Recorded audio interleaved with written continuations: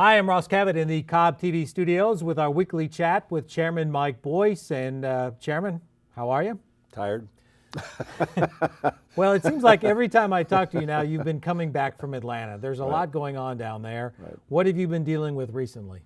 Well, the proposed transit legislation is finally on the street, and it was dropped on Tuesday, and at a press conference, and then today they had their first committee meeting hearings, and of course that's a challenge for us because Commissioner Ott has been our go-to person to draw a proposed map. And let me just sort of talk about what's in this 45-page legislation, which I read last night, front to bottom. They're going to divide the world into 10 transit districts. And one of my first concerns is the transit districts, Cobb is going to be in 3 of them. I'd prefer that each of the transit districts be the county, because my concern is that once you start dividing the county up, then you dilute our vote.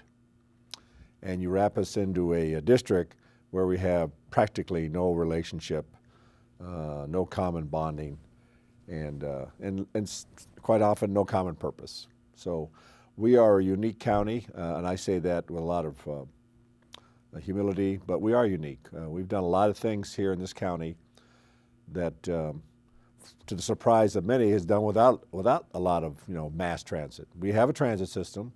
It addresses that part of the county which we think needs the transit system, and we subsidize it appropriately.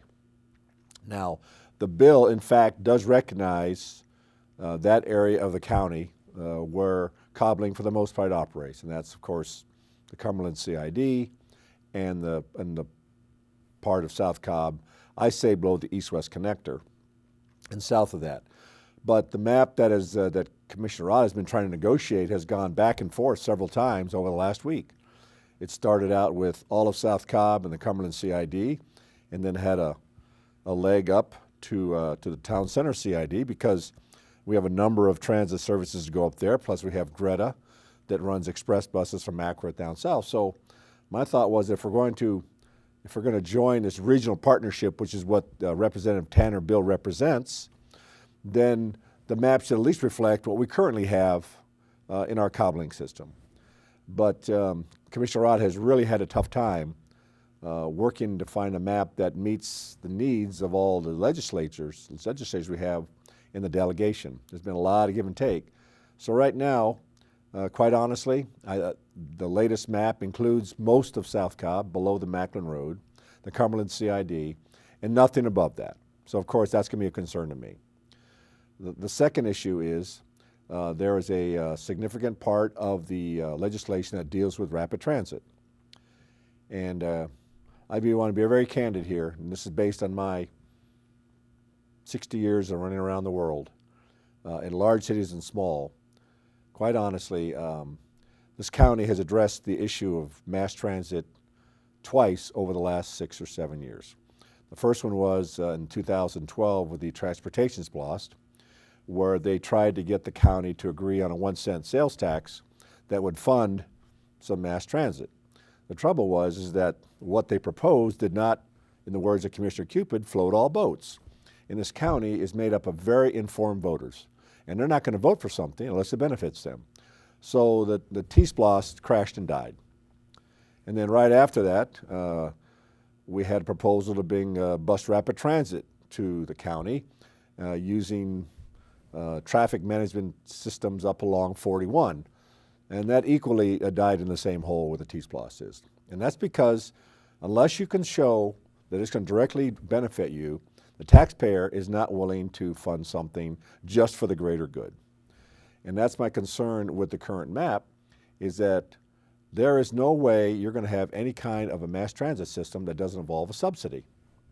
So if they have this map and it doesn't involve the whole county, is the expectation that the part of the county that is not impacted by this transit map, are they obligated to pay for a transit system that they get no benefit out of? If we join this partnership, is that one of the questions? The second one is that if we join this partnership, is there an expectation that we ultimately buy these 10 transit districts and our partnerships with them? Are we formally obligated to join to fund mass transit, which we've shown very clearly in the current form we don't support. And remember, the state, along with federal money, is finishing up these managed lanes. That's going to run all the way from Kennesaw at Hickory Grove down to Acres Mill, and then on up 575 all the way to Sixes Road. So we're going to spend all this money, $800 million, maybe a little bit more, to build this managed lanes. So why in the world are we going to go and spend more money to do something that's going to parallel this effort and dilute that effort? So in 45 pages, there are a lot of questions. The first committee meeting, today is Thursday afternoon. The first meeting is today at 2 o'clock, at which we've had no chance to prepare any kind of questions because we just got the legislation on Tuesday. And I'm telling you right now, the legislation I got was very thorough. And it's going to take time to sort through that. So what I've asked the CEOs of the Cumberland CID, the Town Center CID, and the Cobb Chamber to come down on Tuesday along with our Dr. McMorris, who's our liaison to the Gold Dome, to go down there to this meeting today and express their concerns. And then Dr. McMorris is going to bring us up to speed on future meetings so we can get our delegation, the Cobb board, to go down and talk about their districts. This is all since Sunday, and here it is, Wednesday afternoon. For a 45 piece of legislation, page of legislation, there are a lot of questions. And I get the fact that we're limited by the fact that the Gold Dome only has 40 days they can be in session, and I believe they're 18 or 19 days out. So the hearings have to be done on Representative Tanner's bill, and then it has to cross over to the Senate side, where there's another proposed legislation involving this relationship that is completely different than the current House bill. And based on my experience in Washington and what I've seen from here in Georgia, the differences in the bills are so great, I'm just questioning whether they're going to be able to legitimately address this bill in a time to get it out in a way that reflects our concerns, the business concerns, and is going to give it's going to be legislation where we can actually start to build on this regional partnership. So, I mean, I do want to commend Representative Tanner. I was so impressed by the legislation. It was very thorough. It just reflects the hard work and his professionalism to put something of this magnitude together. And I really mean that. It covered all the bases. But there's a lot of buts. Well, you and I have talked about this before, and you have mentioned in your travels, you've seen the benefits and advantages of a regional transportation system, but it seems like the implementation of that and the fact that it's a moving target that changes from hour to hour is what makes it challenging for you in your current position. That's part of it, and the other thing that's the backdrop is that I know right now, look, we're in the middle of a big budget fight, okay? And I made it very clear that the solution to the budget issues is a millage rate increase. If you know Mike Boyce, you know that's how I feel about it. But that's because I've done my homework over the last year, and I've seen what our requirements are, and I know that we've again, as I said many times, we've turned over every leaf looking for savings and efficiencies, and we found them. And we still have a shortfall. So in a year when I'm trying to get the taxpayer to pay for what I believe the services that they've come to expect and want, which would probably involve a millage rate increase, which means more money in their wallet, are we also going to be able to sell them, on a 1 cent tax for transit that right now, has lots of questions? There comes a point when the taxpayer, the residents, the voters say, look, enough, all right?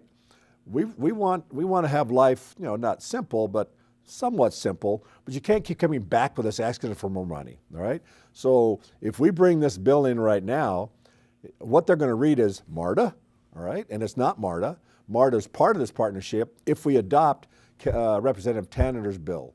It is not MARTA, all right? We're not going to be absorbed into MARTA. We will be an equal partner with MARTA and these other systems in the area like Gwinnett has.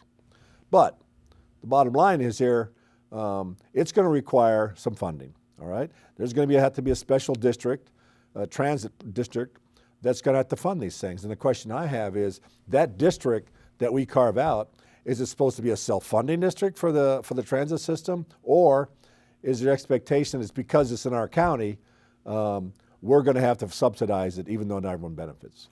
But the way I've read the legislation, no matter which House or Senate version, the voters will have a say They will. in it one way or They the will, other. absolutely. And I look very carefully for that.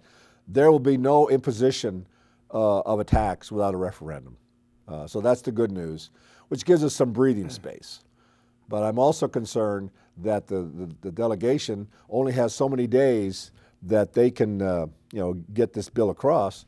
And the bottom line is, Ross, is that we're very busy right now just trying to do our thing here at our level. I mean, I've been back-to-back meetings. When they did the news conference on Tuesday, I couldn't get down there because we had a long scheduled meeting with all the mayors of the county to deal with HB 489, which deals with intergovernmental agreements. There was no way I was going to tell 6 mayors, who in their own right, have a very difficult schedule. I'm not going to cancel a meeting at the last minute, to address another topic that was a pop-up. So I'm trying to, balance all these things here. I think we have, for now, the right representation down at the Gold Dome. But the reality is there's going to come a time when the board's going to have to get down there and talk to these issues.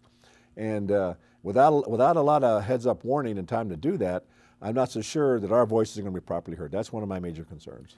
Well, one last thing I wanted to talk to you about before you head back to Atlanta for another meeting is I got to see some video and pictures of you doing something I've had a chance to do, get all dressed up in fire turnout gear, down with some firefighters doing some training. What were you doing down there, and what did you learn from that experience? Well, a number of months ago, I went through the Citizens Academy, for police, and one of the classes involved firefighting capabilities and talking to firemen, and they brought their equipment out.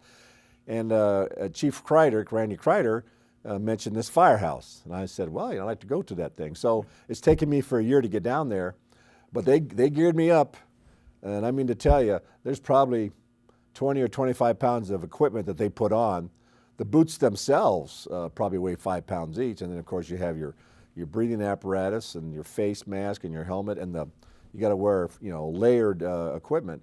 So what they do is they equip you up, and they take you and they sit you in this house, and they show you how a fire spreads and how quickly it spreads based on the amount of oxygen or fuel that you give to it. So I was in there for 10 or 15 minutes, and it went from you could see the fire racing over the top of your head there. They told you, whatever you do in this house, don't stand up. That was self-obvious. To a point where you couldn't see anybody because there was so much smoke in there. So I just wanted to get down there and get an experience of what it was like, but also it was a great day to get a break away from my normal duties and just talk to the troops. I don't know if it was like you, but I was just happy when I got the turnout gear on to be able to go from point A to point B, much less fight a fire. Well, my problem is that once I sat down, wow, how do I get up? Because there's a lot of equipment.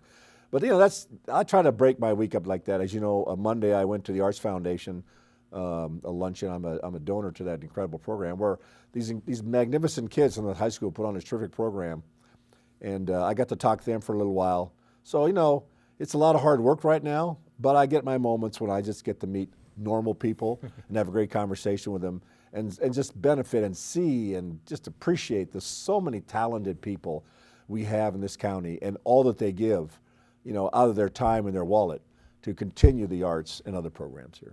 All right, well, thanks, Chairman. As you heard, a lot going on, so if you want to stay in touch with everything, sign up for his newsletter, the Commissioner's newsletter, and all of our outlets on social media, Facebook, YouTube channel, and Twitter, and elsewhere. Stay in touch, and of course, we'll be in touch. You bet. Thanks. Thanks, Ross.